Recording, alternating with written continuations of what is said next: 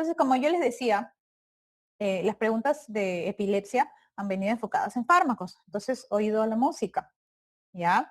No necesariamente tengas que memorizar todos los fármacos y todas sus dosis, pero sí es obligatorio sabernos la primera línea, incluso hasta la segunda.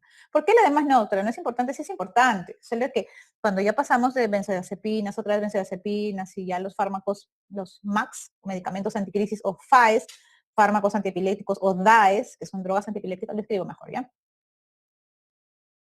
Los MAX, los DAE, los FAE, pero se utilizan indistintamente como sinónimo, ¿no? Medicamentos anticrisis, drogas antiepilépticas, fármacos antiepilépticos, ¿ya? Ellos son, por ejemplo, fenitoína, valproato, carbamazepina, incluso la benzodiazepina, ¿no? Pero cuando ya sabemos ello, lo que viene después ya es un territorio de anestesiología, porque cuando ya esa crisis se prolonga y el cerebro se vuelve epileptiforme, y no paramos esa crisis suponiendo que es un escenario adverso, entonces eso ya recibe un nombre. ¿Cómo se llama? Refractario, ¿no? Cuando tenemos una línea, dos líneas y no hay respuesta, eso ya es un caso de epilepsia probablemente refractaria, ¿no? Y eso hay una definición, refractario, superrefractario, etcétera, pero eso no es el motivo de esta revisión. El motivo de esta revisión es fármaco. Entonces le mencionaba esto de acá para que ustedes lo tengan ahí en el diccionario de sinónimos, vaya a ser que alguien escriba este término y no sepan qué significa. Ahora ya saben, MAC-DAE-FAE. Entonces, en teoría, desde que el paciente ingresa en el, ¿qué es este? T1, T0, T5, T2, ¿qué es? En este T0, ¿no? ¿Por dónde estará el T5? El T2, el T1, por acá, ¿no? ¿Por qué, ¿Cuánto es el T1? 5, ¿no? ¿Y cuánto es el T2? Acá es el T2 justo, ¿no? Ya. Ok. Miren esto. Y esto es un territorio ideal, obvio. Esto no es un hospital. Uy, Dios mío, ¿qué está pasando acá?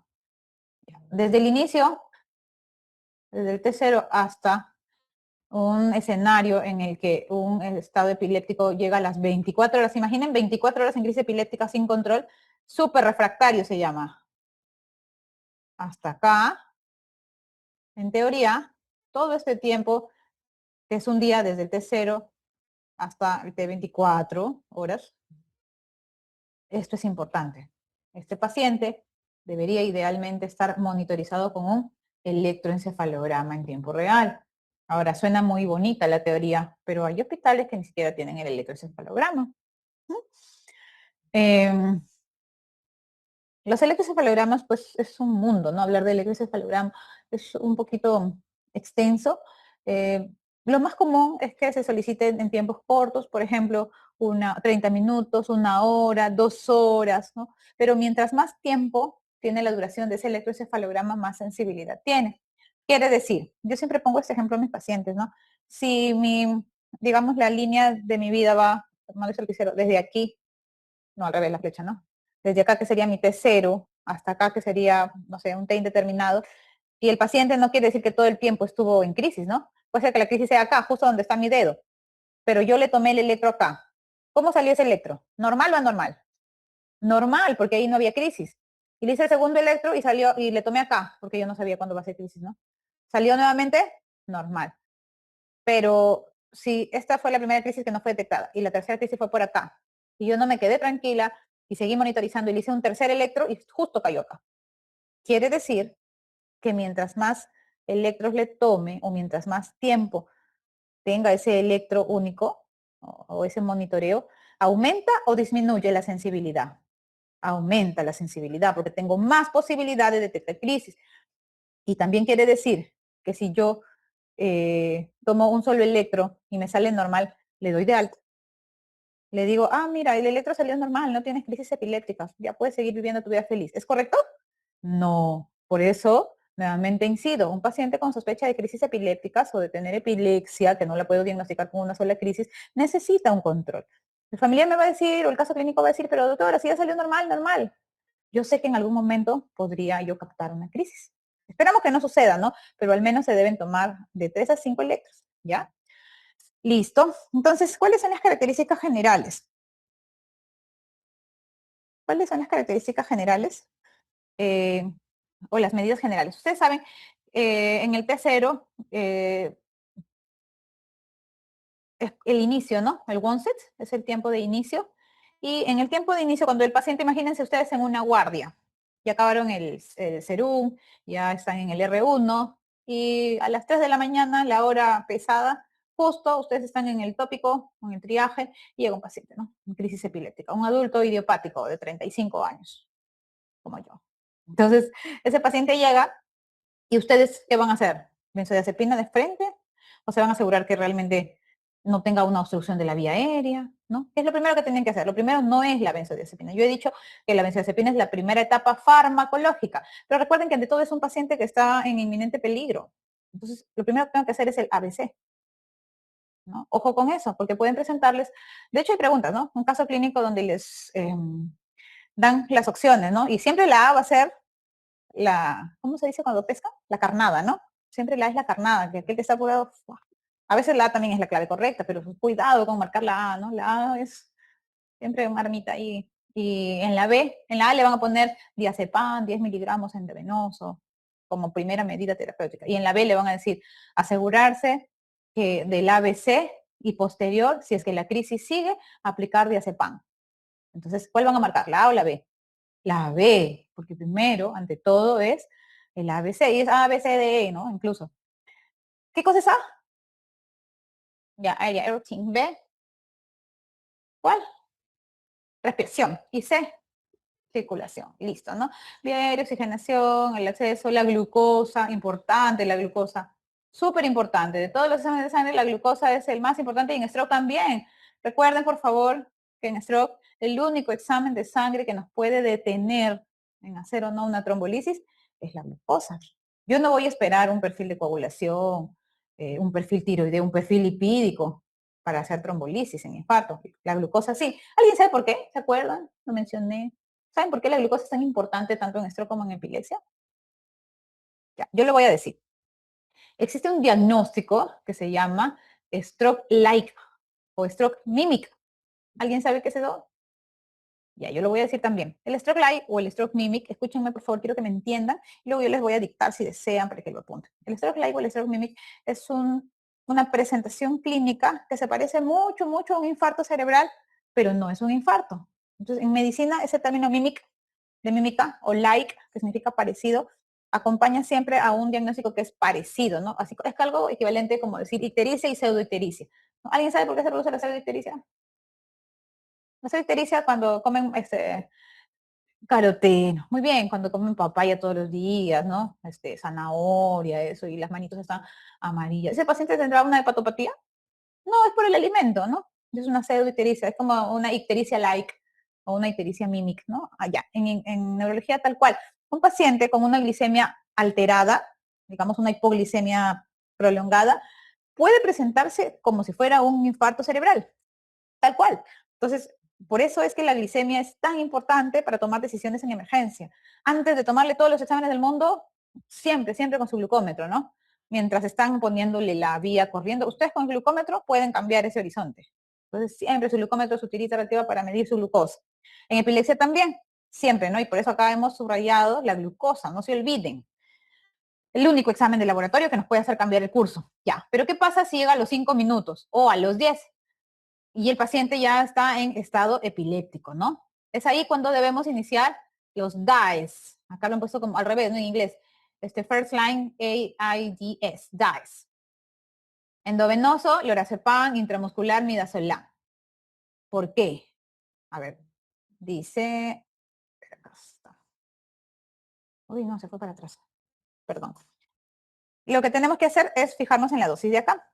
Miren, esto necesito que aprendan. Diazepam, 5 miligramos endovenoso por 2. O sea que le aplico a la primera, los 5 miligramos endovenoso, y si no me responde, puedo esperar 1 o 2 minutos y le puedo volver a dar.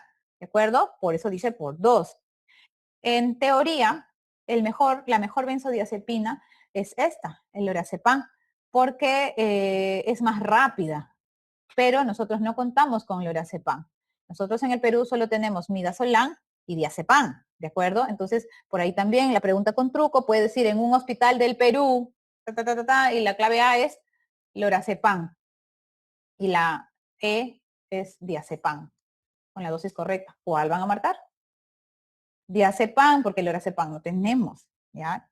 Pero si le dicen en un hospital del mundo, tal, tal, tal, y tienen en sus claves lorazepam y diazepam, ¿cuál marcarían? Lorazepam. Lorazepam es lo que indican las guías americanas, pero nosotros no lo tenemos. Y el midazolam también es una buena elección. Incluso el midazolam podría ser mejor que el diazepam, pero en la práctica no se usa. ¿Por qué? Porque hay muchos reparos y temores a que el paciente haga un paro cardiorrespiratorio cuando se aplica muy rápido. El midazolam es más rápido, intramuscular, porque imagínense un paciente en crisis, ¿no?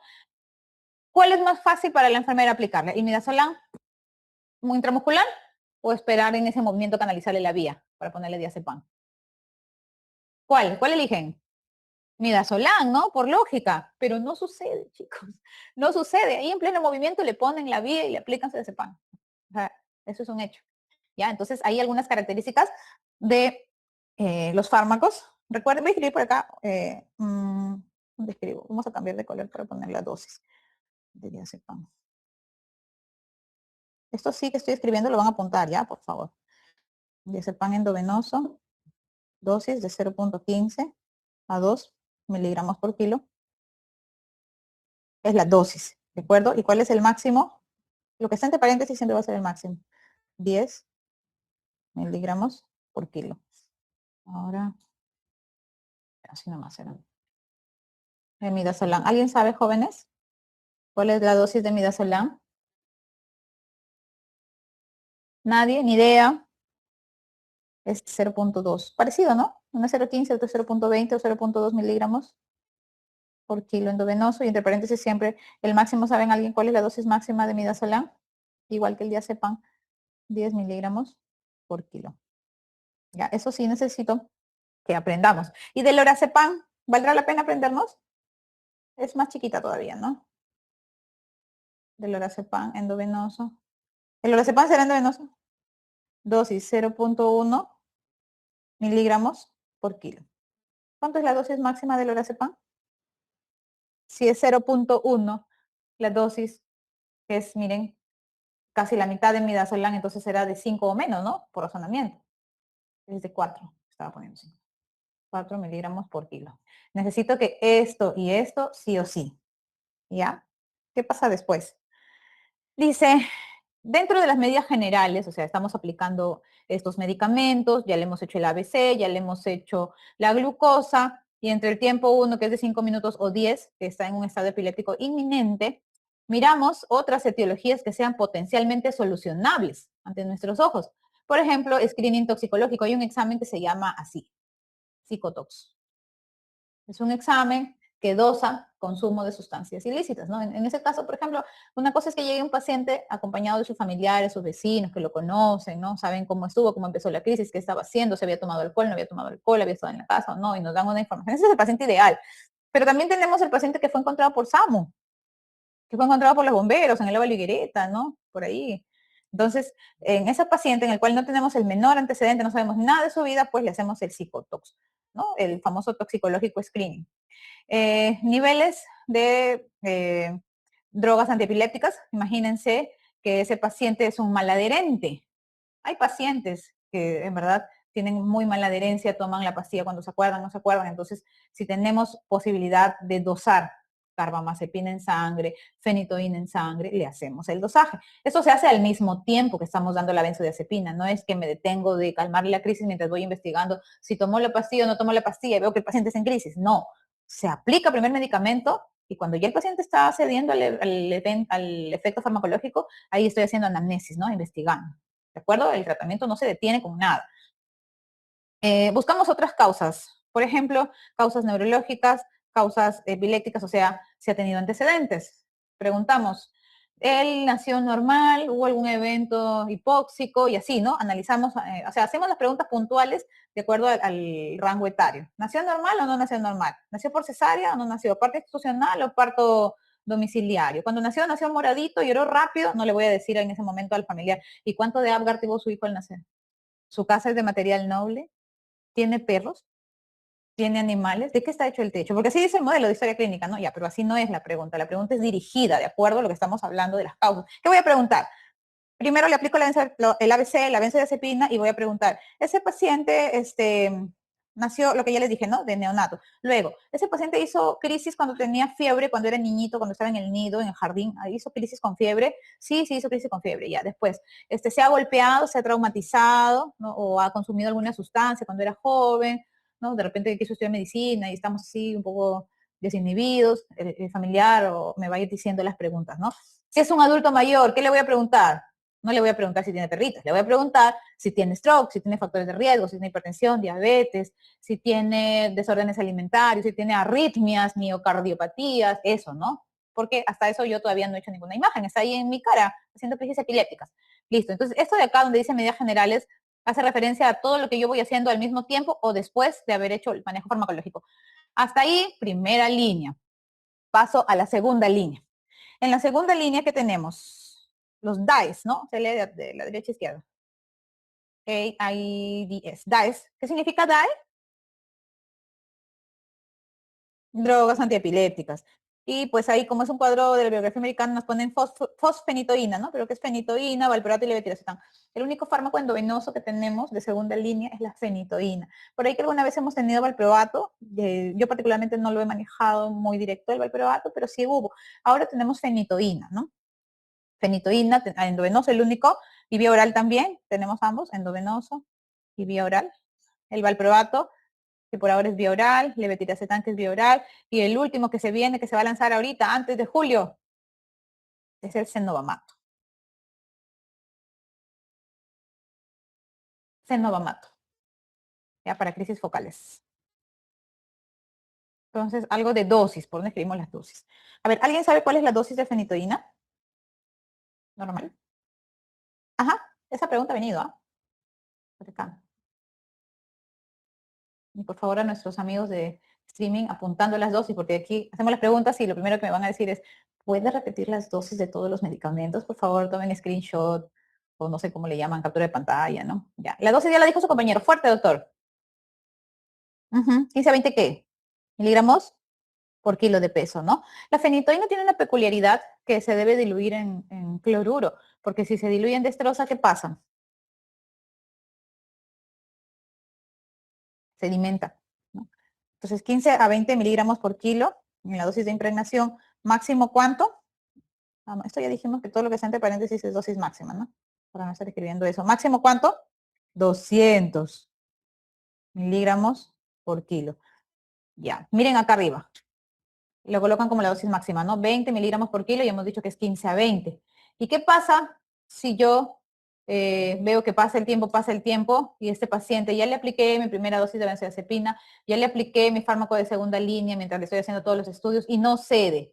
¿Qué procede? ¿Cambio de droga antiepiléptica o le repito la primera? ¿Qué dicen? ¿Cuál? No te escucho, discúlpame. De frente a UCI, no, ese paciente ahorita está en trauma shock todavía, porque no cede la crisis, o sea, está inestable.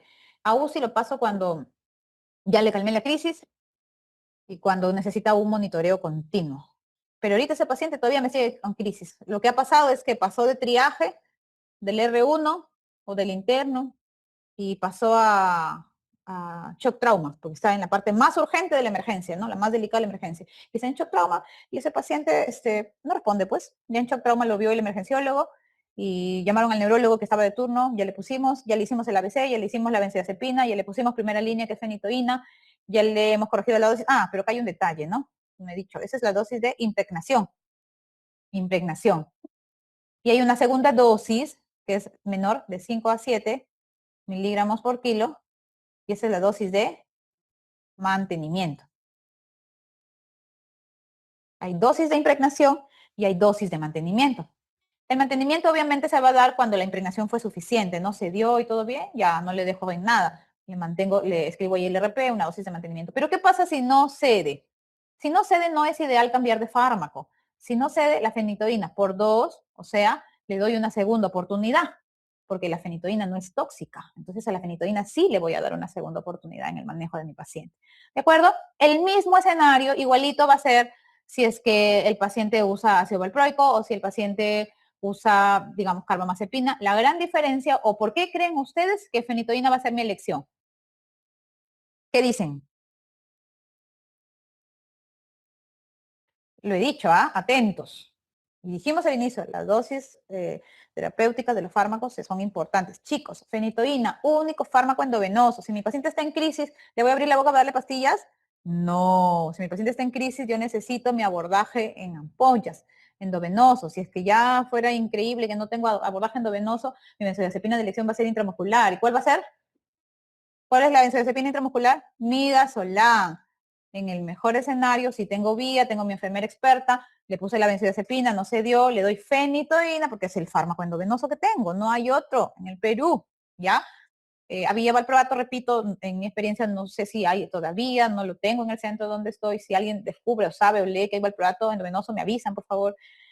Y la fenitoína con 2 oportunidades, ¿no? Así como tenemos fenitoína, tenemos ácido valproico, pero eso ya es vía oral. ¿Cuál es la dosis de ácido valproico, sabe?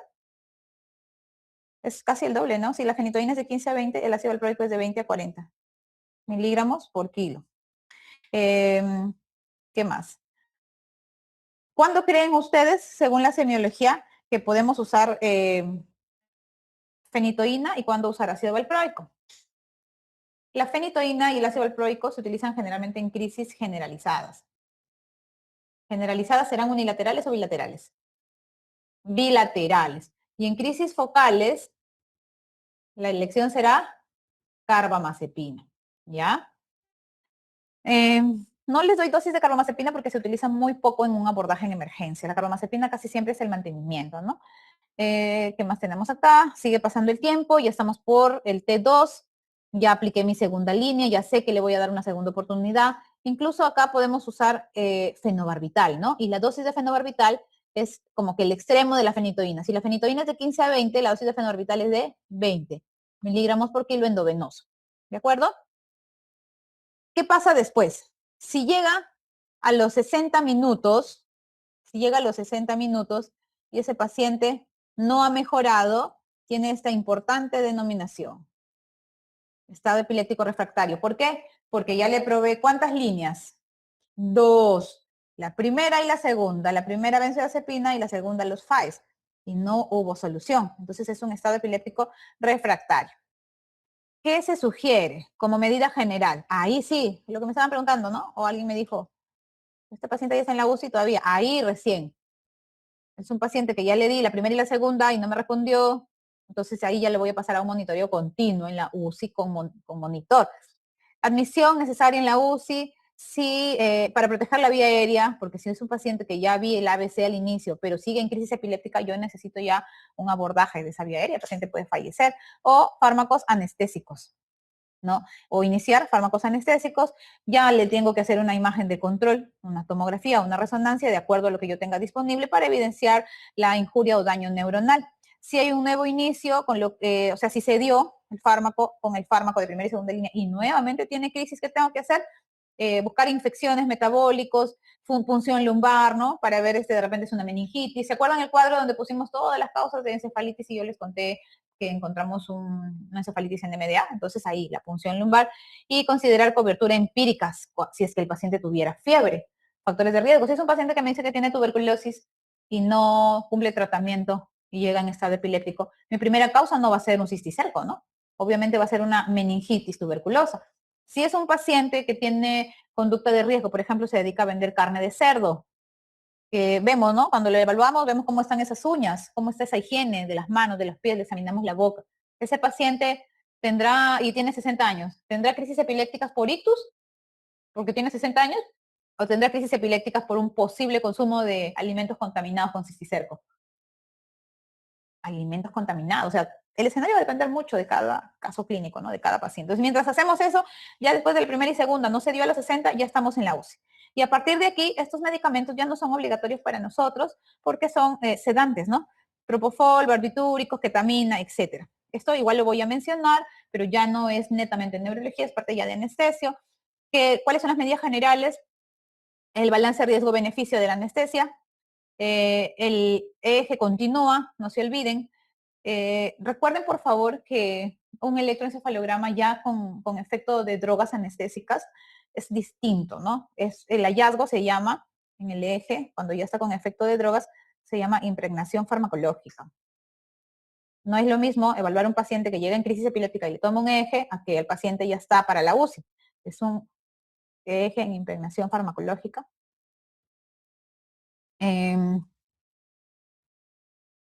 Es un paciente que necesita pues un monitoreo de cerca, ¿no? Pues signos vitales, frecuencia cardíaca, frecuencia respiratoria, presión arterial, ahí ya, como está ya en coma, provocado, un coma terapéutico, ya puedo hacer los estudios, le hago la punción lumbar, ya no se está moviendo, pero es un paciente que podría tener crisis subclínicas. ¿Qué significa eso? Como ya el anestesiólogo, nuestros amigos intensivistas, ya deprimieron ese glutamato que estaba exótico, ya lo deprimieron, cosa que no se pudo hacer en trauma shock, eh, a ese paciente yo ya lo puedo explorar, pero ese electroencefalograma que yo le tomo a ese paciente en UCI podría salir alterado. O sea, podría ser que el paciente esté así quietecito y esté con crisis epilépticas. ¿Por qué? Porque está bajo el efecto farmacológico, pero el cerebro sigue disparando crisis. Como no tiene manifestaciones clínicas, pero mi registro sí lo capta, eso se llama crisis subclínica. ¿Ok? Dice, si hay un nuevo inicio y no se identifica la etiología, ya buscamos para neoplásico y autoinmune. ¿Qué significa? Que le voy a hacer una TAC, TAP. ¿Qué significa esto? Tomografía tóraco-abdominopélvica o lo que se llama barrido. Le voy a pedir un barrido, o sea, le voy a escanear desde arriba hasta abajo. Tóraco, abdomino, pélvica. ¿Por qué pélvica? Teratoma ovárico, hemos dicho tóraco en los pacientes varones, cáncer de pulmón, abdomino, porque no sabemos qué puede haber por ahí. Entonces hacemos un barrido total al paciente. Tomografía tóraco, abdomino, pélvica para búsqueda de paraneoplásico. Si quiero aislar proteínas anormales anticuerpos, le hago una punción lumbar. Correcto.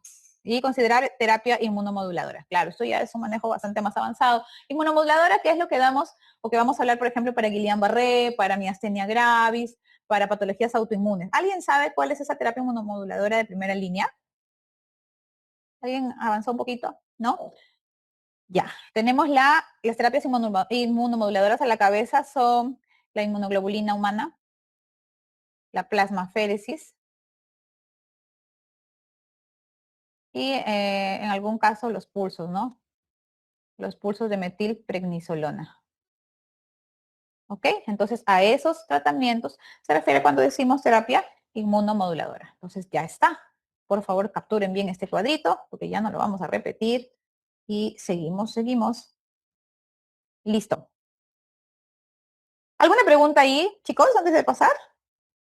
Dime. ¿Ya? Impregnación. Ah, ya, porque yo dije que cuando el paciente ya pasó de trauma, o sea, hasta trauma shock en emergencia, le hemos dado primera y segunda línea, o sea, benzodiazepina y DAES, ¿no? Y le hemos dado la segunda oportunidad a la fenitoína. Pero si no se dio y yo al paciente yo lo pasé a la UCI, en la UCI le pusieron fármacos, digamos, no más potentes, sino fármacos que abarcan más territorios, o sea, son multifunción. Digamos que en la emergencia es como el modelo llave-cerradura. Ingresa la llave, abre la cerradura, listo. Pero cuando ya el paciente está en un estado de mayor gravedad, se usan fármacos que son como una estrella, que tienen 1, 2, 3, 4, 5 mecanismos de acción, cada fármaco, y el paciente igual se deprime, ¿no? Es un coma terapéutico, se llama. Y cuando hacemos un registro del electroencefalograma, de ninguna manera es igual un paciente en coma terapéutico con propofol que un paciente solo con nuestro midazolam, ¿no? Completamente distintos, parecidos pero distintos. Ese hallazgo de un fármaco muy potente de la UCI o de un fármaco con mucha dosis o de más tiempo se llama impregnación farmacológica, que no es lo mismo que el eje de admisión, ¿no? Definitivamente. Ya. ¿Alguien tiene alguna pregunta? ¿Algo más para avanzar con esto? Ya tenemos algo de la clasificación, ¿no? La clasificación no ha sido muy preguntada realmente, pero esto de acá donde están las X, aquí, aquí y aquí y aquí, sí tenemos que tenerla muy clara, porque en textos históricos sí colocan este término, ¿no? Parcial simple, parcial compleja, psíquica y secundariamente generalizada. De hecho, ustedes van a encontrar a lo largo de su vida médica que hay muchos médicos que todavía manejan ese lenguaje. Esa antigua terminología, imagínense de cuándo data. Seguro que ninguno de ustedes había nacido. 1981. Pero sigue usándose. ¿Por qué? Porque es muy ordenada. Ahora, ¿por qué se cambia con tanta frecuencia? Y la ¿por qué nos complica la vida? O sea, no terminan los residentes de aprenderse la terminología del 2014, 15 y ya lanzó la del 17. Con la justa se aprende la del 17 y ya lanzó la del 25. ¿Por qué? Porque se reúnen expertos a nivel mundial y consideran que el lenguaje para identificar las crisis debe ser universal, debe ser más entendible. Se supone que simplifica las cosas, pero no para todos las simplifica, ¿no? Porque, repito, apenas terminan de aprenderse de uno y ya está con la otra. Pero eso acá es lo último.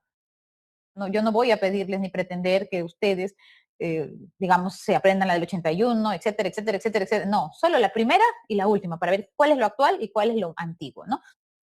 Estas tres que están acá se transformaron, ¿no? Idiopática se decía aquella crisis que no tenía una causa demostrable o evidente. Le hice electro, le hice resonancia, le hice 5 electros y no encontré nada. Idiopática, no se sabe. Ahora eso ya fue. Ahora esas crisis se llaman crisis genéticas. ¿De acuerdo? Ya alguien neurólogo que diga crisis idiopática, el caso clínico que diga crisis idiopática, ya fue. Es crisis genética. Las crisis sintomáticas ahora pasan a ser estructurales metabólicas. ¿Cuál es el ejemplo más común de una crisis sintomática? El paciente con diabetes mellitus. El paciente con diabetes que hizo una cetoacidosis diabética, por ejemplo, ¿no? Por mal control de esa diabetes. Eso ya fue. ¿Por qué se llamaba sintomática? Porque si resuelvo la causa, ya no hay efecto. Si es un paciente con diabetes que no tomó su pastilla, hizo una cetoacidosis diabética, llegó a la emergencia porque hizo una crisis por cetoacidosis, ¿ese paciente tendrá epilepsia? No, porque es una sola crisis en su vida. Se asustó, sí, la familia se asustó, pero eso es una crisis antiguamente sintomática, actualmente llamada metabólica, ¿no? O estructural. Porque en otro ejemplo, que no sea la diabetes, podría encontrar yo una MAP rota, por ejemplo, ¿no? Una MAP rota que ocasionó un sangrado. Ustedes saben que la sangre es un irritante y eso se llama estructural. Entonces, las antiguamente sintomáticas ahora son estructurales o metabólicas, de acuerdo al caso. No van a poner estructural a un paciente con cetoacidosis diabética, ¿no? Estructural es algo, estructura, que se ve en la imagen. Criptogénica, aquella crisis en la cual la causa estaba oculta y nunca se encontró. No es lo mismo que idiopática, ¿no? Porque en la criptogénica se aislaron todas las causas genéticas y no había. Idealmente le hicieron todos los estudios genéticos y no había. Entonces esa recibe el nombre de desconocida. O sea, yo puedo clasificar una crisis diciendo, ¿tiene epilepsia desconocida? Sí, porque no conozco la causa. Que no es lo mismo que decir idiopática, ¿ya? Porque para criptogénica yo ya descarté con estudios genéticos. Ahora, esto de acá es más fácil. Las parciales simples, todo lo que es parcial es focal, ¿no? Suena parecido. Simple significa sin alteración de la conciencia. Compleja, con alteración de la conciencia. Porque hay un más y un menos. Parcial simple es focal con la conciencia preservada, ¿no? Conciencia normal. Parcial compleja es focal con la conciencia alterada. Así para que suene más fácil. Psíquica, aquellos pacientes que tenían crisis epilépticas con auras que podrían ser experienciales. ¿Qué es un aura experiencial? ¿Ustedes han escuchado hablar del déjà vu? Una canción creo que era, ¿no? ¿De quién es esa? ¿De Camilo? ¿Nadie sabe? ¿Déjà vu? ¿Y a quién me dice qué cosa es un déjà vu? O lo que entiendan. ¿Mm? Ujú. Déjà vu. La sensación de que está ocurriendo otra vez, ¿no? Como cuando uno postula una vez y nos volvemos a ver. Es lo que yo siento a veces, ¿no? Digo, yo los conozco de algún lado. Tengo unos déjà vu, ¿no? Es eso, ¿no? La sensación de que estoy volviendo a vivir algo que tal vez no había vivido antes, pero yo creo que estuve aquí antes. No, sí estuve aquí antes. Y lo otro es el jamais vu. ¿Cuál es el jamais vu? El jamais vu es, ustedes, ¿cuántas veces aprox han venido a este salón? ¿Más de 10? Más de 10 veces. Ya, imagínense que en nuestra siguiente clase, que es la tercera, vengan y digan, oye, yo nunca he estado acá. O sea, es el jamás visto, la sensación de que yo nunca he hecho algo que sí lo he hecho. Ustedes han venido 10 veces a este salón de clase y viene la número, ¿cómo se dice? 11ª y ya se olvidaron. No sé quién es Patricia Aldana, o sea, eso se llama, y es lo contrario del déjà vu. Entonces, esos fenómenos se llaman crisis experienciales, que pueden ser parte de una crisis antiguamente llamada psíquica, pero ahora se llaman cognitivas. ¿Ok? Son parte de las auras. Y la antiguamente llamada secundariamente generalizada, ahora se podría nombrar como focal bilateral. Secundariamente generalizada, nuevamente el ejemplo del chico de la biblioteca, que no es de Villa. Tiene una crisis focal, no pasa nada, sigue, y luego empiezan los dos brazos, ¿no? Antes se llamaba focal secundariamente generalizada, porque se nombraba mucho el inicio, ¿recuerdan? Inicio con focal derecha y secundariamente generalizada porque comprometió los dos lados del cuerpo. Ahora se llama focal abilateral, ¿ya? Y esa nomenclatura pues se anida en este cuadro de clasificación de los tipos de crisis, de inicio focal, de inicio generalizado, de inicio desconocido. Hemos resaltado, no es necesario que tengan que memorizar esto.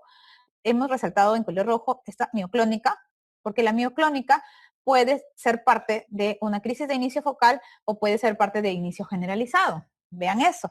Las crisis mioclónicas, voy a hablar un poquito de ellas, porque son frecuentes en el grupo etario que ustedes tienen, más o menos se detectan cuando el paciente está como que en cuarto de secundaria, por ahí, está empezando a ir a los quinceañeros o tal vez en tercero, está en el estrés de preocuparse qué será de su vida, ya los papás le preguntan si tiene pensado qué hacer en la orientación vocacional, ya empiezan a preguntarse por Villamédic, ¿no? Entonces, ese grupo etario es muy característico de las crisis mioclónicas, que no siempre son epilepsias mioclónicas.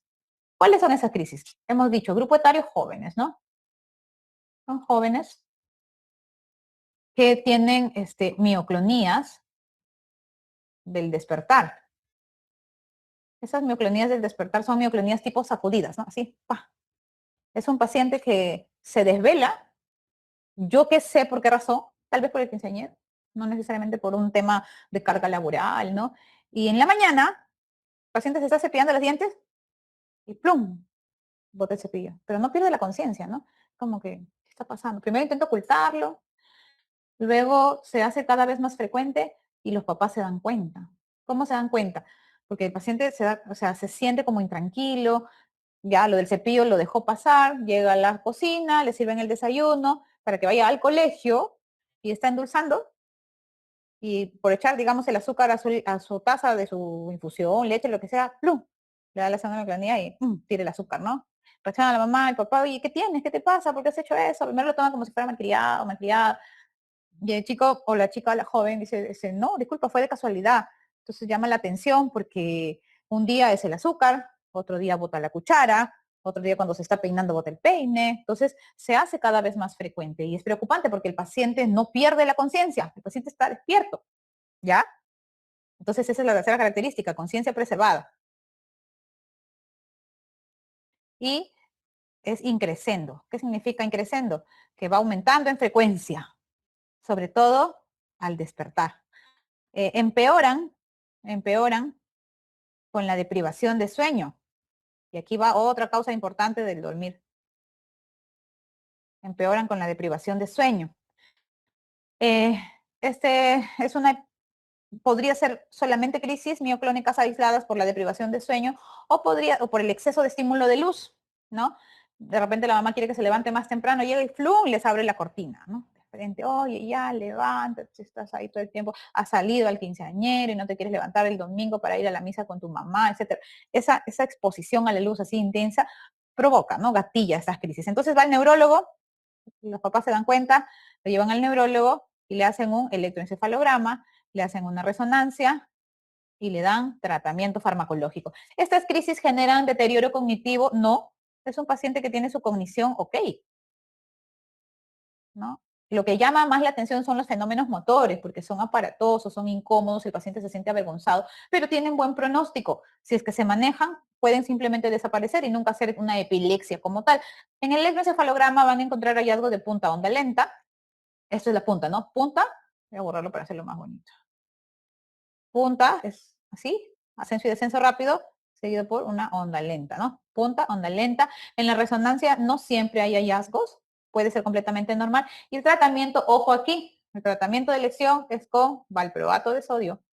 O si es que el paciente tiene una hepatopatía, imagínense que ese paciente es un chico, una damita con sobrepeso, ¿no? Tiene hígado graso, ahí no le voy a dar valproato, puedo usar levetiracetam como segunda línea. Lo que nunca debo usar es fenitoína o carbamazepina, porque la fenitoína y la carbamazepina empeoran abismalmente las crisis mioclónicas.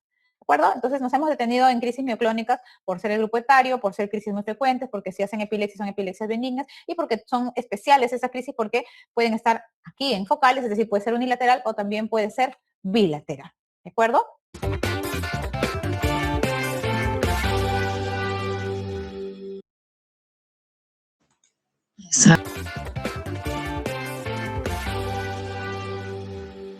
Esto es lo que yo les decía de las encefalopatías epilépticas, ¿no? Las que yo les decía al inicio, cuando hacíamos la definición de epilepsia, yo les di el ejemplo de en la tercera, ¿no? 1, 2, 3. En el tercero decía posibilidad de hacer una crisis epiléptica. Yo decía, esas son las encefalopatías epilépticas.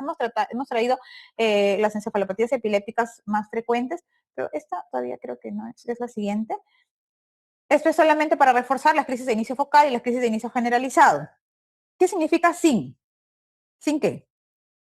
Sí, exacto. Sin compromiso, muy bien. Esta doctora está atenta. Sin compromiso de conciencia, que pueden ser motoras, sensitivas y sensoriales. Sensoriales hacen referencia para que no se olviden a los órganos de los sentidos. Por eso decimos olfatorias, auditivas, ¿no? Y con es con compromiso de conciencia. Con compromiso de conciencia de origen temporal, parietal, occipital, frontal. ¿Pero por qué temporal está acá de otro color y resaltado? ¿Por qué? Porque es la más frecuente, ¿no? Las crisis con compromiso de conciencia de origen temporal son las más frecuentes. ¿Cómo es una crisis focal de origen temporal? El inicio de una crisis se llama aura, ¿no? Entonces yo pregunto, jóvenes, ¿el aura es parte de la crisis o es el avisito de que va a tener una crisis? Es el aviso, cero para todos. El aura es parte ya de la crisis, ¿ya? El aura es parte de la crisis. ¿Por qué estoy citando la crisis temporal? Repito, porque es la más frecuente. Y esta aura es un aura epigástrica. ¿Cómo es eso, doctora? Si solamente nos ha hablado del déjà vu y del jamais vu, que son las crisis antiguamente llamadas psíquicas y ahora son cognitivas. El aura epigástrica es una sensación de incomodidad en la boca del estómago. El paciente dice, tú le preguntas, ¿no? Al paciente, ¿y presientes? Sí, presiento. Siento como una opresión, una sensación de vacío en el epigastrio que sube, sube, sube, sube hasta la boca y cuando siento que ya está llegando acá, ¡plum!, empieza la crisis. Ese es el aura epigástrica, ¿ya? Es muy característico en las crisis temporales los automatismos orolinguales, o sea, como que la mímica de la masticación, como si estuviera masticando un chicle.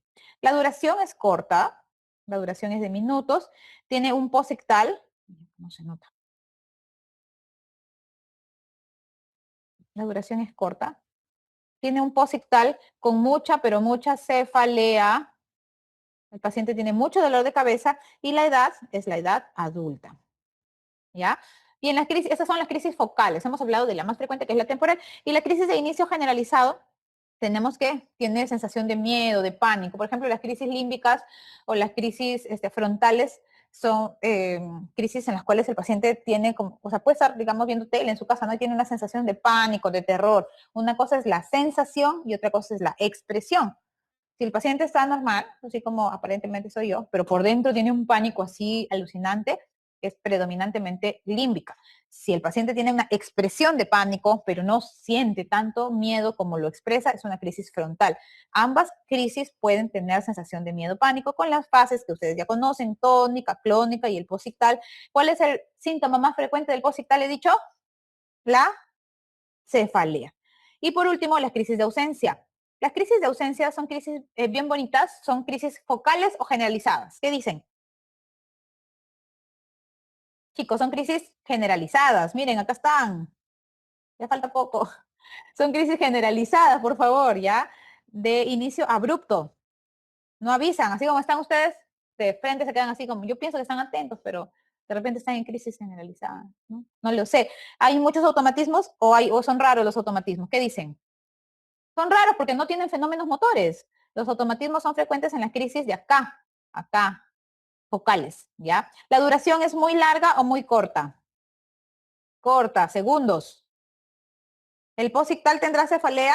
No, no hay cefalea. La edad, ¿en qué edad es más frecuente las crisis de ausencia?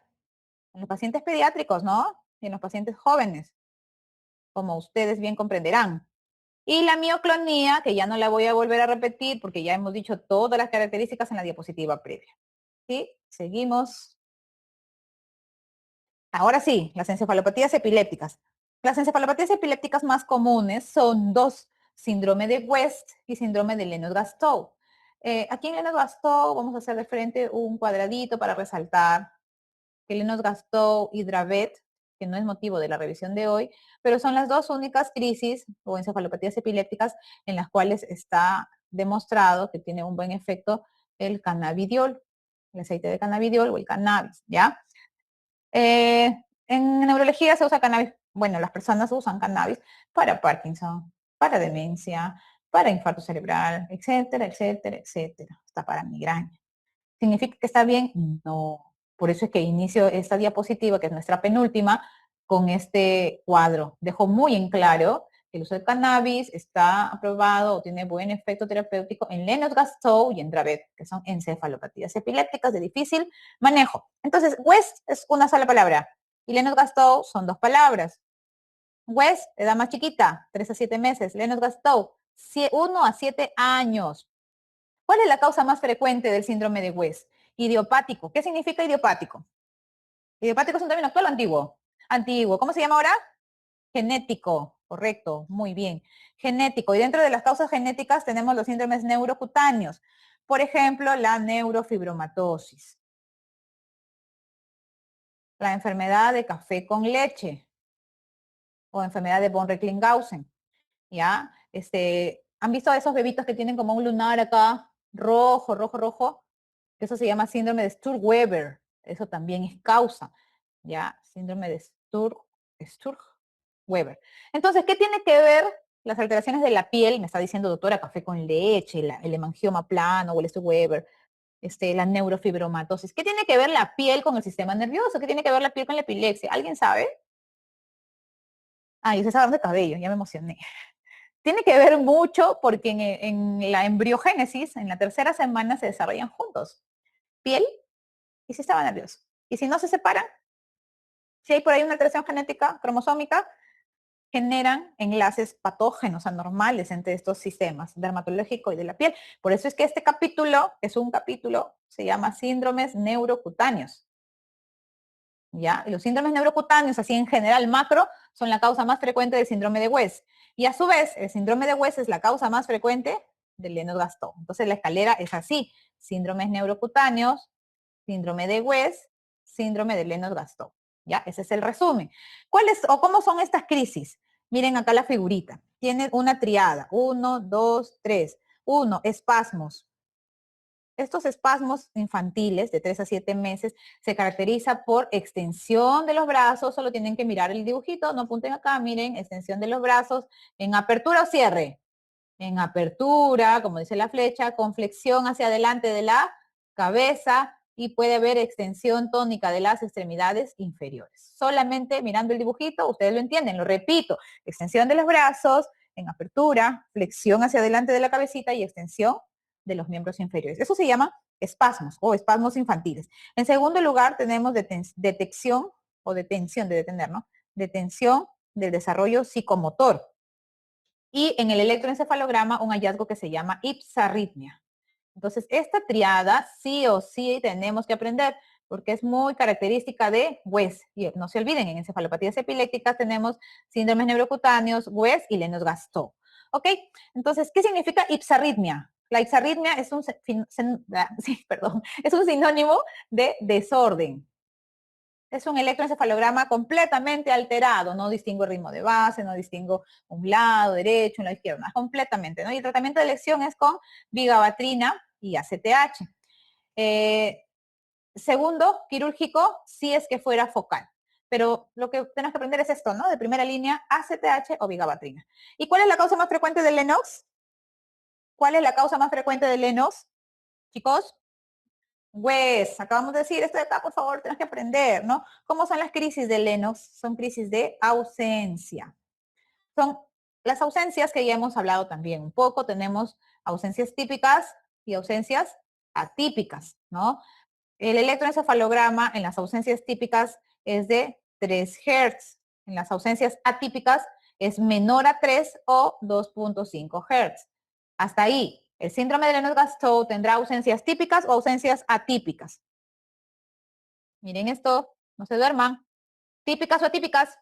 Atípicas. El pronóstico es malo acá. Las crisis típicas, esas son crisis de ausencia, ¿no? Las crisis típicas no tienen fenómeno motor. Y las crisis atípicas pueden tener. Pero doctora, si usted ha dicho que las ausencias son completamente generalizadas y sin fenómeno motor, pueden tener un fenómeno motor, pero no es aparatoso, no es algo así, ¿no? Mírenme, ahí estoy en una crisis de ausencia típica. Y si yo hago esto, ya es atípica. Porque hay un pequeño fenómeno motor. ¿Habrán automatismos acá? No. ¿En dónde hemos dicho que son los automatismos? ¿En las? ¿En dónde? El que mastica, el que tiene la epigástrica. ¿Cómo se llama esa crisis? Focales, ya, focales, pero ¿de qué tipo?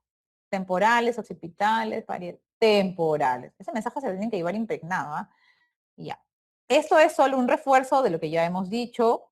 Lo vamos a leer para que no se escape ningún hilo. Acá no veo el título. Crisis febriles, ¿no? Acá es el título, son crisis febriles. Las crisis febriles, que antes se han llamado convulsiones febriles, ya saben por qué no, es una crisis epiléptica más temperatura de 38. De acuerdo con ausencia de estas dos, infecciones del sistema nervioso central o lesión neurológica. Obvio, si es un pacientito bebito que está con fiebre, pero un recién nacido que ha tenido contaminación por el canal del parto, ¿eso será una crisis febril?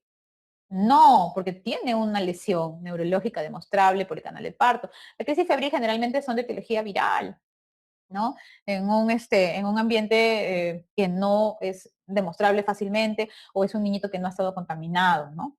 Edad, lo dijo su compañero, me lo repiten, 6 meses a 5 años. ¿Cuánto durarán? ¿Mucho o poco esas crisis? Si son en bebitos chiquititos. Poco, ¿no? La duración es corta, es menor a 15 minutos. ¿Es un tipo de crisis generalizada o focal el bebito? ¿Llega en crisis así en todo su cuerpecito o solo con un ladito de su mano? Generalizada. Y el examen físico va a ser normal este paciente, porque como no focaliza, no le voy a encontrar algo, ¿no? Signos meningios. Si esa crisis tiene una duración menor a 5 minutos, ¿será de buen o de mal pronóstico? De mejor pronóstico, ¿no? Si dura más de 5 minutos, será de peor pronóstico. Ahora, si dura menos de 5 minutos, ¿le debo dar fármacos antiepilépticos a ese bebé o debo manejar primero la temperatura como parte del ABC? ¿Qué dicen? ABC, ¿no? Entonces tengo que primero manejar la temperatura. Pero si dura más de 5 minutos, ahí sí le voy a dar MAC, medicamentos anticrisis, y siempre mi primera línea, ¿no? Ustedes ya saben, o lo resumimos mejor para que no se confunda, primera y segunda. Ustedes ya saben qué es. Más fácil. ¿Cuáles son los factores de mal pronóstico? Si estamos diciendo que la edad es de 6 meses a 5 años, si está fuera de este rango, ya es mal pronóstico. O sea, antes de los 6 meses o después de los 5 años. ¿Se entiende? La duración también. Si hemos dicho que la duración es de 15 minutos como máximo y dura más de 15 minutos, ya es de mal pronóstico. ¿Qué cosa será parálisis de TOT? ¿Alguien sabe qué es parálisis de TOT, chicos? Nada. Ya, yo les digo, la parálisis de TOT es un aparente déficit motor que puede tener cualquier paciente, no solamente estos pequeñitos, cualquier paciente puede tener después de una crisis epiléptica sensación de paresia o debilidad de un lado del cuerpo. ¿Por qué? Porque hay una irritación, hay una noxa en el cerebro. Si es que es focal, digamos, puede ser de un bracito, de una piernita. A esa edad ellos no se expresan de una manera muy correcta, la mamá no sabe qué hacer, pero con el tiempo eso se va diluyendo, ¿no? Es algo benigno, pero indica focalidad. Entonces, esto sí, antiguo, ¿no? Ya no se usa mucho el término parálisis de TOD, pero lo menciono por si acaso, vaya a ser por ahí. Pueden tener trastornos del desarrollo, sí, y el antecedente familiar de epilepsia. Y ahora, creo que nos queda este cuadrito. Después de este viene ya la cefalea, me parece. Sí, ¿no? Pero ya fue ya por la hora. Ya, vamos a conversar un poquito de esto. Esto es el resumen del resumen.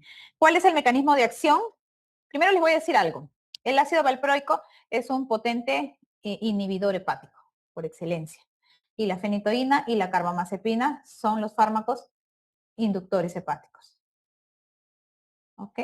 Empezamos por ahí.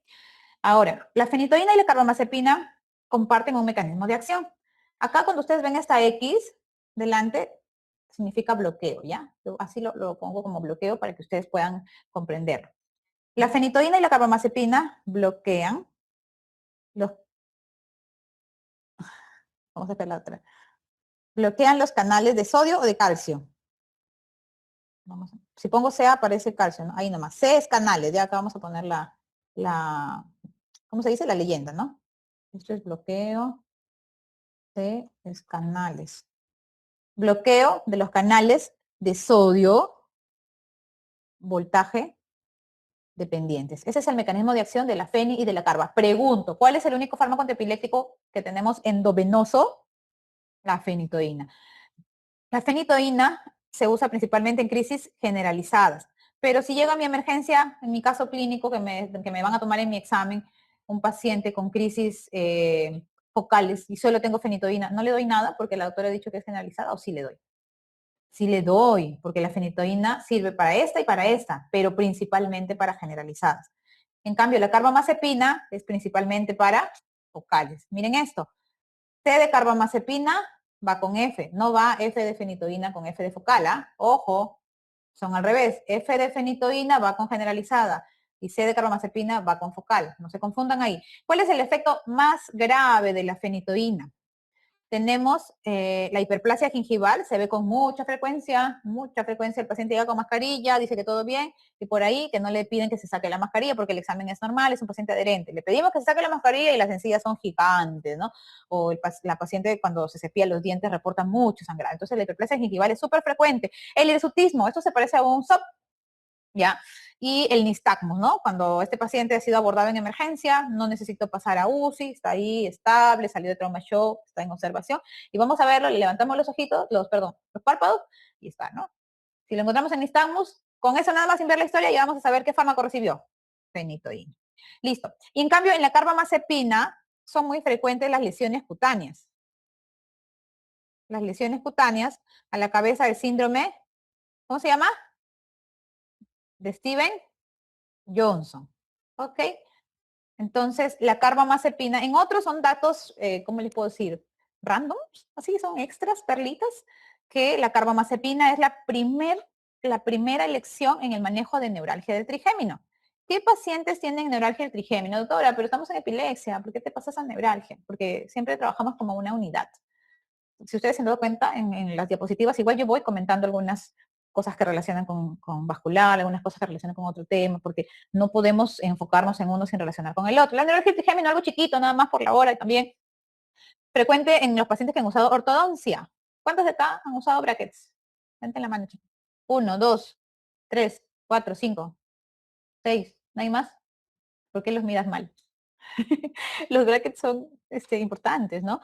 Pero lamentablemente cuando sucede eso, se da la extracción de los molares, ¿no? Ustedes ya sabrán eso. O en los que no han usado brackets y por ahí hubo una caries, algo, y les hacen ¿cómo se llama ese procedimiento? Endodoncia, ¿no? Cualquier procedimiento dental de esa naturaleza puede generar lesión en el nervio trigémino. Y esa lesión no es tan divertida, es un dolor urente, intenso, lancinante como electricidad. Y si se hace frecuente todos los días, deja de ser neuralgia del trigémino y se convierte en neuropatía trigeminal dolorosa, que hace que el paciente, si no toma su medicamento, no vive en paz. O sea, vivir con una electricidad aquí, complicado. Entonces, el tratamiento de elección es la carbamazepina, ¿ya? Para neuralgia del trigémino. Ahora, si pasamos a la motrigina, ahí hemos dicho lo más frecuente, ¿no? No se olviden de las lesiones cutáneas. Esta pregunta ha sido tomada, por favor. ¿Cuál es el fármaco que tiene mayor posibilidad de generar lesiones cutáneas? Y la respuesta es carbamazepina. Pero así no les preguntan. La pregunta dice, bloqueador de los canales de sodio dependiente de voltaje, que cursa con muchas lesiones exantémicas, ¿no? Como ampollas que se facelan, ¿no? Y pone, ¿cuál es la conducta terapéutica? 1, llevarlo al dermatólogo. La A, todos marcaron eso. B, retirar el fármaco carbamazepina si es que fuera indicado. Esa es la clave, ¿ya? La motrigina, según la leyenda, bloquea los canales de sodio, bloquea los canales de calcio y de potasio. Y esto de acá es potencia, ¿no? Esto acá también va la leyenda. Potencia. Hemos dicho que los GABA son inhibidores o excitadores. Inhibidores. Potencia los inhibidores, o sea, potencia los que detienen la crisis. GABA. ¿Cuándo se usa la motrigina? En crisis focales, crisis generalizadas, crisis de ausencia. Miren acá esta sorpresa. El síndrome de Steven Johnson también es causado por la motrigina. Efecto secundario de la carba y efecto secundario de la lamotrigina, ¿ya? La lamotrigina, ¿qué tiene de especial? La lamotrigina va muy bien, tiene un buen efecto terapéutico acompañado del valproato de sodio. La lamotrigina por sí sola no tiene un buen efecto anticrisis, tiene muy buen efecto terapéutico acompañado de otro fármaco, es como que la chaperona, ¿no? El ácido valproico es un fármaco que potencializa mucho los receptores GABA dependientes y los canales de calcio dependientes de voltaje. ¿En qué tipo de crisis? Crisis generalizadas. Y las antiguamente llamadas idiopáticas que ahora se llaman genéticas. Ya hemos dicho esto, ya hemos dicho por qué, ya hemos dicho que es un hepatotóxico potente y tiene un detalle, ¿no? El ácido valproico, que voy a ponerlo en otros, el ácido valproico eh, interviene en el metabolismo de unas estructuras a nivel hepático. Yo lo mencioné al inicio de la clase, ¿alguien se acuerda? Yo dije, cuando hagamos el cuadrito, yo les hice un cuadro resumen y yo ahí les voy a explicar. Dilo. Ajá, muy bien. Entonces, el amonio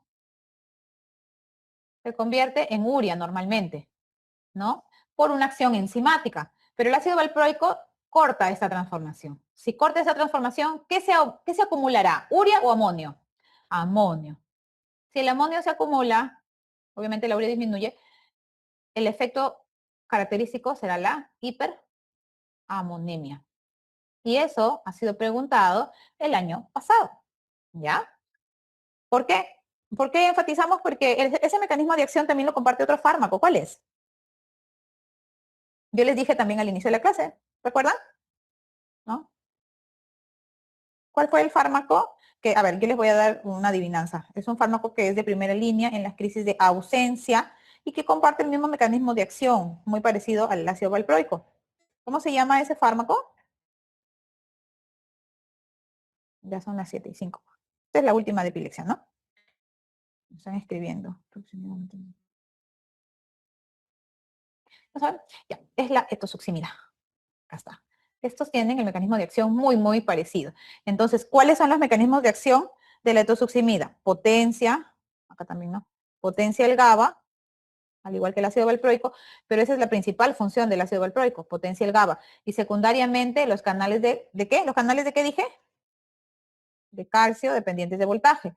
La etosuximida también potencia el GABA y los canales de calcio dependientes de voltaje, pero la diferencia es que este es el mecanismo principal de la etosuximida. ¿Se dan cuenta? Comparten los mismos, pero el valproato tiene más énfasis acá y la etosuximida tiene más énfasis acá. Por ende, el que causa mayor hiperamonemia será el valproato o la etosuximida. ¿Cuál es? Repito, el valproato y la etosuximida comparten mecanismos de acción. Los dos potencian el GABA y los canales de calcio voltaje dependientes. Pero el valproato más tiene afinidad por potenciar el GABA. El etosuximida más afinidad por los canales de calcio dependientes de voltaje. Si este mecanismo de acción que impide que el amonio se transforme en urea es más frecuente en el valproato que en la etosuximida, ¿cuál causará más hiperamonemia? ¿La etosuximida o el valproato? El valproato, lo cual no significa que la atosuximida no cause, ¿no? Pero es mucho menos frecuente. Y si en sus claves le dicen fármaco que causa hiperamonemia, ¿qué van a marcar? Valproato, ¿no? Menos frecuente. Ya está. ¿Alguna pregunta hasta ahí, chicos? ¿Tienen alguna pregunta? ¿Hasta ahí? Ya. ¿Qué me estoy olvidando acá? Ah, ya. Es el inhibidor hepático. Por excelencia, te lo dije al inicio, y la fenitoína y la carbamazepina son los inductores hepáticos por excelencia. Acá el efecto adverso es la somnolencia. El fenobarbital y las benzodiazepinas comparten también mecanismos, por eso los ponemos juntos, ¿no? Ambos actúan en los canales de cloro, pero el fenobarbital aumenta el tiempo de apertura, o sea, 1, 2, 3, 4, 5, 6, y en la otra, la benzodiazepina, aumenta la frecuencia de apertura. ¿De acuerdo? No es lo mismo aumentar el tiempo de apertura de un canal que aumentar la frecuencia de apertura. Las benzodiazepinas definitivamente son importantísimas porque son nuestra primera línea, estado epiléptico. El fenobarbital se utiliza en epilepsias focales o en generalizadas. Si se nos pasa la mano con las benzodiazepinas, ¿qué va a pasar? Sedación. Incluso puede haber paro cardiorrespiratorio. Si se pasa la mano con el fenobarbital o después del uso de fenobarbital, un paciente puede tener trastorno de conducta. Por ejemplo, ¿cuál? Les mencioné el caso de las encefalitis autoinmunes. Les dije tienen delusiones, trastorno de conducta. Les hablé de mi paciente estudiante de medicina por uso de fenobarbital, por ejemplo, ¿ya? Algunas personas les puede causar rash, el retiro es lento, sí, esto es poco frecuente, ¿no? Está descrito, pero es poco frecuente. El levetiracetam. El levetiracetam actúa a través de una proteína que se llama SB2A. Es uno de los mecanismos de acción más frecuentes. Es como, ¿se acuerdan que les dije? Fenitoína, carbamazepina es como llave cerradura, entra y abre. Pero cuando vamos avanzando en las líneas terapéuticas, los fármacos ya se convierten como una estrella. Es decir, que tienen varios mecanismos de acción. Uno de ellos es el levetiracetam, pero el más estudiado, el más característico es este. Utiliza o actúa a través de la proteína SB2A, se utiliza para crisis focales o generalizadas. Hay reportes en los que dicen que el uso del levetiracetam podría causar trastornos de conducta, intentos de autoagresión, ¿no? Y su primo hermano, que no está acá, por eso no se usa de preferencia en comorbilidades psiquiátricas. Si es un paciente con trastorno bipolar, yo no voy a preferir levetiracetam, ¿ya? Y si no hay otro fármaco que le vaya bien y estoy en una indecisión entre la espada y la pared, puedo usar su primo hermano que se llama brivaracetam. ¿Por qué? Porque el brivaracetam tiene todos los beneficios de la levetiracetam, pero no afecta la escala psiquiátrica. Respeta la escala psiquiátrica. Esos son los puntos que son más importantes del segundo tema más rentable. Por eso lo hemos hecho con tanto detenimiento.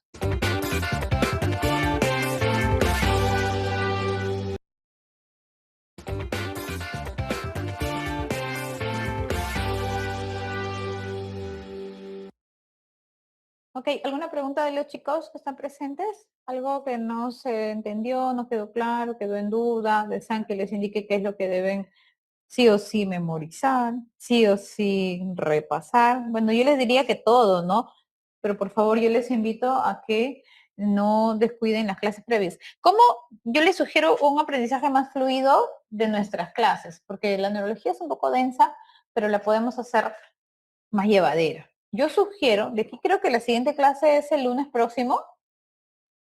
Sí, ¿no? Nuestro próximo lunes 10 del fin. Ya. Ya vienen los temas más chiquititos, porque hasta ahorita ha sido como que lo pesado, ¿no? Aquí vienen temas más pequeñitos. Yo les sugiero que antes de venir a la clase den una mirada para que ustedes vengan ya con sus dudas o ya con algunas preguntas. No que necesariamente se lo aprendan todo, ¿no? Porque venimos a dialogar. Yo vengo a generar preguntas, no para calificarlos o algo así, sino para poder resolver dudas con razonamiento, porque no todo es memoria necesariamente. Las dosis, bueno, esas sí no se pueden razonar, pero yo les sugiero que den una miradita en cefaleas, por ejemplo, los diagnósticos diferenciales, ¿no? Los fármacos en migraña, luego viene, creo que neuropatías periféricas, o extrapiramidales, por ahí una miradita, aunque sea para que vean qué cosa es lo que se viene, son temas más chiquitos, pero no menos importantes, ¿ya? Con eso culminamos nuestra clase de hoy, que tengan buenas noches. Podría, ya, Franco Lupaca se animó a decir, ya estaba a punto de cerrar Franco, con mucho gusto. El estado epiléptico es una situación de extrema emergencia neurológica que se caracteriza por tiempo 0, tiempo 1, tiempo 2, hemos definido los tiempos para el estado epiléptico generalizado, ¿no? Tiempo 0 es el estado que recién está iniciando, tiempo 1 es a los 5 minutos y tiempo 2 es a los 30 minutos, ¿de acuerdo? ¿Qué antiepiléptico es seguro en el embarazo? Generalmente usamos el que ya estaba usando la paciente, no lo cambiamos, por ahí que podemos regular algunas dosis y frecuencias, pero si le voy a iniciar como debut, primero tengo que asegurarme que no sea una eclampsia, por ejemplo, que eso se maneja con sulfato de magnesio, eso es un tema de ginecología, pero si nosotros tenemos que iniciarle, yo podría sugerir levetiracetam, por ejemplo. Ya lo respondí, ya respondí Pedro, ya respondí Sebastián. Uy, recién se animaron a las preguntas. Si llega un paciente en estatus, ya no se dice estatus, es estado, ya, estado epiléptico, porque si digo estatus, tendría que decir estatus epilepticus, para decir estado epiléptico, pero no sabemos el tiempo de inicio. El manejo es el mismo, por supuesto. Primero es el ABC, luego nuestra primera línea y luego nuestra segunda línea. Para confirmar el diagnóstico de epilepsia son mínimo 2 exámenes, hemos dicho, imágenes y neurofisiológico, que es el electroencefalograma. Dosis de mantenimiento, ¿por cuánto tiempo se da? ¿Impregnación es lo mismo que dosis de ataque? Sí, impregnación es la dosis de ataque, 15 a 20 miligramos por kilo, mantenimiento 5 a 7 miligramos por kilo. ¿Hasta cuándo le voy a dar el mantenimiento? Hasta que yo vea que está clínicamente estable, que ya le completé algunos estudios, que ya el paciente puede pasar a vía oral. Recuerden que la fenitoína viene en vía oral también. Yo ya le voy retirando el endovenoso y paso a vía oral y le doy de alta con controles ambulatorios. Nos habilitaron tarde. Uy, no, ya vamos a hacer una pifia para nuestros amigos de soporte. No, mentira. Ellos son lo máximo. ¿Qué opina de los nootrópicos como la citicolina para prevenir futuras crisis? Bueno, no tienen una evidencia 1A. Entonces, supongo que me dices inotrópicos o no sé, nootrópicos, dicen, ¿no? Pero si hablamos de citicolina como tal, su uso está más popularizado en ictus, más que en crisis epilépticas, pero no tienen una evidencia 1A. Un paciente con diagnóstico de epilepsia que tiene sensación de déjà vu, mareos, ansiedad, náuseas y que por convulsión siente sueño, ¿cómo se clasificaría? Bueno, si yo lo quiero clasificar así nada más con mi semiología, yo pensaría que es una crisis experiencial, ¿no? O una crisis antiguamente llamada psíquica y ahora se llama cognitiva. Para poder clasificar, hay términos que se llaman localizadores y señalizadores. Entonces, la semiología es bastante amplia. Yo sugeriría que la primera opción es tomarle un electroencefalograma. Con el electroencefalograma yo me puedo orientar hacia qué lado, por lo menos si es derecho o izquierdo, hacia qué zona, si es frontal, temporal, occipital, ¿no? Pero podría ser parietal, tal vez temporal. Síndrome de West nos mencionó la detección de tensión, o sea, se detiene el desarrollo psicomotor. Claro, si se detiene el desarrollo psicomotor significa que ese paciente no tiene un CRET adecuado, ¿no? No crece, no hace las habilidades que un niño y los logros que un niño va a tener. Todas las clónicas se dan con relajación de esfínteres. Generalmente sí, sí, Josué.